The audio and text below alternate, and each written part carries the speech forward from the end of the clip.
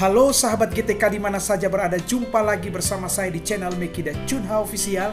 Kali ini kita akan membahas tentang Peraturan Kepala Badan Standar Kurikulum dan Asesmen Pendidikan Kementerian Pendidikan Dasar dan Menengah Republik Indonesia Nomor 047 Tahun 2025 tentang kerangka asesmen tes kemampuan akademik atau TKA jenjang SD dan SMP sederajat. Kita langsung melihat pada peraturannya. Nah, di pasal 1 ini berbunyi bahwa kerangka asesmen tes kemampuan akademik jenjang SD sederajat dan SMP sederajat digunakan sebagai panduan bagi kementerian yang membidangi pendidikan dasar dan menengah, kementerian yang membidangi agama, pemerintah daerah, satuan pendidikan, dan murid dalam penyelenggaraan tes kemampuan akademik. Nah, apa yang melatar belakangi daripada tes kemampuan akademik ini? Yang pertama, tes kemampuan akademik ini dilatar belakangi oleh kebutuhan adanya pelaporan capaian akademik individu murid dari penilaian yang terstandar. Lalu TKA ini berpotensi mempengaruhi bagaimana guru mengajar dan murid belajar. Nah, TKA hanya mengukur sebagian kompetensi yang harus dikuasai murid. Di sisi lain, TKA juga berpotensi untuk mendukung pembelajaran yang mendalam jika dirancang dan diselenggarakan dengan tepat dan hasilnya digunakan secara bijaksana. Salah satu mekanisme TKA meningkatkan mutu pendidikan adalah melalui peningkatan kapasitas pendidik.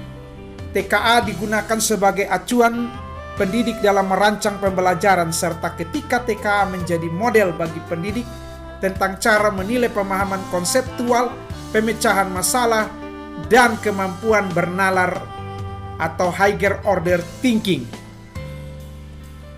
Kemudian kita lihat TKA bukanlah evaluasi untuk menentukan kelulusan murid dari satuan pendidikan. Evaluasi penentuan kelulusan murid tetap menjadi kewenangan pendidik dan satuan pendidikan. Tidak semua mata pelajaran yang ada dalam kurikulum menjadi mata uji dalam TKA. Nah, bagaimana mata uji dan jenis soalnya?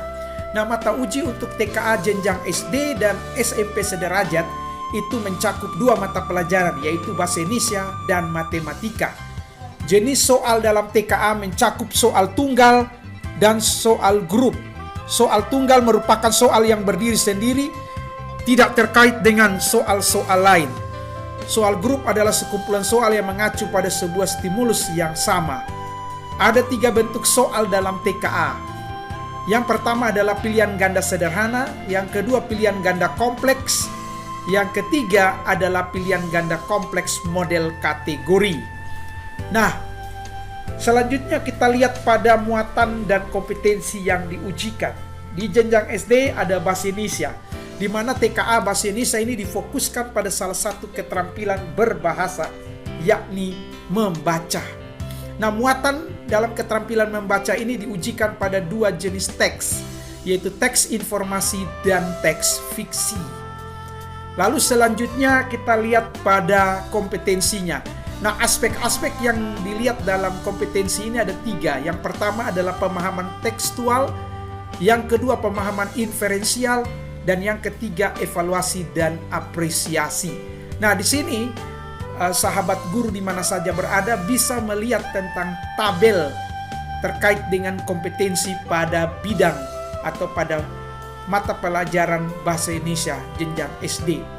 Di sini ada tabelnya, yaitu kompetensi dan subkompetensinya. Selanjutnya kita lihat pada mata pelajaran Matematika jenjang SD. Di sini untuk mengukur kemampuan murid dalam memahami fakta, konsep, prinsip, dan prosedur matematika, serta kemampuan mereka dalam menerapkan pengetahuan matematika untuk menyelesaikan masalah. Lalu muatan di dalam TKA Matematika ini memuat beberapa elemen, antara lain bilangan, geometri, pengukuran, dan juga data. Selanjutnya kita lihat tentang kompetensi dari matematikanya. Di sini mau mengukur kemampuan matematis sebagai berikut, yaitu pengetahuan matematika, representatif matematis, penalaran, pemecahan masalah matematis, dan koneksi matematis. Selanjutnya kita bisa lihat pada tabel yang ada di sini memuat tentang bagaimana deskripsi proses berpikir untuk setiap level pengetahuan atau kognitifnya. Di sini ada level 1, kemudian ada level kognitif, kemudian proses berpikir, ada deskripsi proses berpikir. Kemudian ada level 2, yaitu aplikasi. Kemudian ada level 3, penalaran. Ya. Kemudian di sini untuk mengukur muatan kompetensinya, antara lain ada materi atau elemennya adalah bilangan. Kemudian ada geometri dan pengukuran. Kemudian ada data. Ya. Selanjutnya kita masuk pada jenjang SMP sederajat, yaitu mata pelajaran Bahasa Indonesia. Nah, TKA Bahasa Indonesia jenjang SMP sederajat juga difokuskan pada keterampilan membaca, di mana muatannya yang ada di dalam TKA ini antara lain memuat tentang karakteristik kosakata, kalimat, dan wacana. Selanjutnya kompetensi yang diukur yaitu keterampilan membaca, antara lain mengidentifikasi informasi tersurat dalam teks, menyusun ulang, mengelompokkan, membuat ikhtisar, dan menyajikan kembali informasi tersurat dalam teks.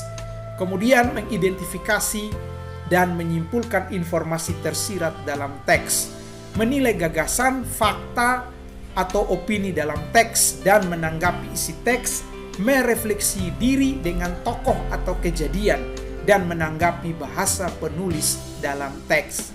Nah, aspek-aspek yang dilihat ada 3 aspek atau 3 kompetensi, yaitu pemahaman tekstual, pemahaman inferensial, evaluasi, dan apresiasi.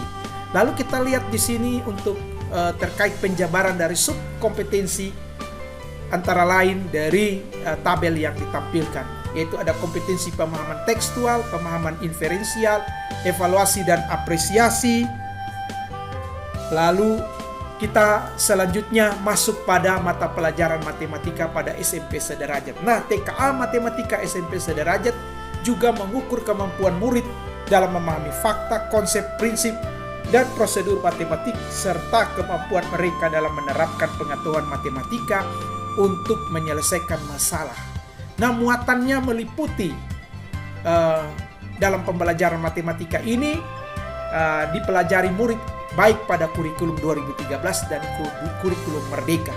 Nah, elemennya meliputi bilangan, aljabar, geometri, pengukuran, serta data dan peluang.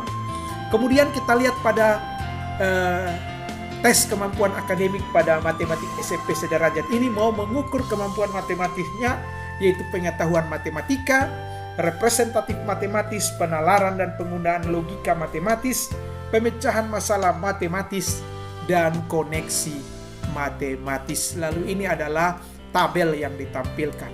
Nah, demikian paparan terkait dengan peraturan tentang kerangka asesmen TKA jenjang SD dan SMP sederajat yang nanti akan diikuti oleh siswa kelas 6 dan kelas 9. Kita akan bertemu kembali pada video selanjutnya. Bye-bye.